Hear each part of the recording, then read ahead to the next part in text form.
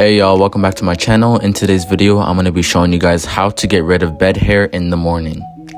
I had just woken up a couple of minutes ago and this is what my hair looks like. I feel like a lot of people don't know what to do with their hair in the morning, so in today's video, I'm going to be showing you guys exactly what to do. So for the first step, you want to take some water and just spray your hair. And this whole process doesn't really take that long. It probably just takes like 15 minutes and that's it. So just keep spraying your hair with some water until your hair has fully woken up. I also want to say I'm really sorry for not posting. I'm going to try and fix my posting schedule so that I can get some more videos out for you guys. But anyways, back to the video. I just want to say that water is like the main thing that you're going to be using, other than just some gel for just some frizzy parts of your hair.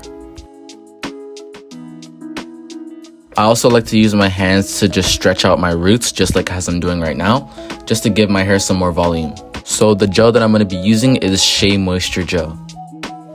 So I'm not really doing any defining with the gel because I just feel like there aren't really many frizzy parts on my hair right now. So I'm just taking the gel and just going back and forth with my hands.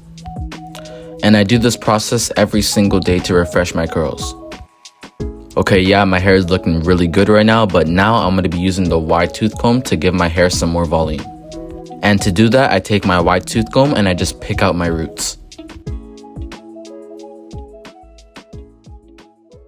And then after picking out my roots with the wide tooth comb, I just spray some more water.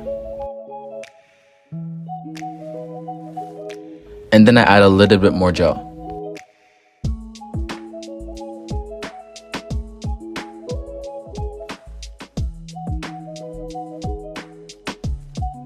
So for some of you guys that don't have a haircut and really need one and want your hair to have like this sort of finished look, this is what I do.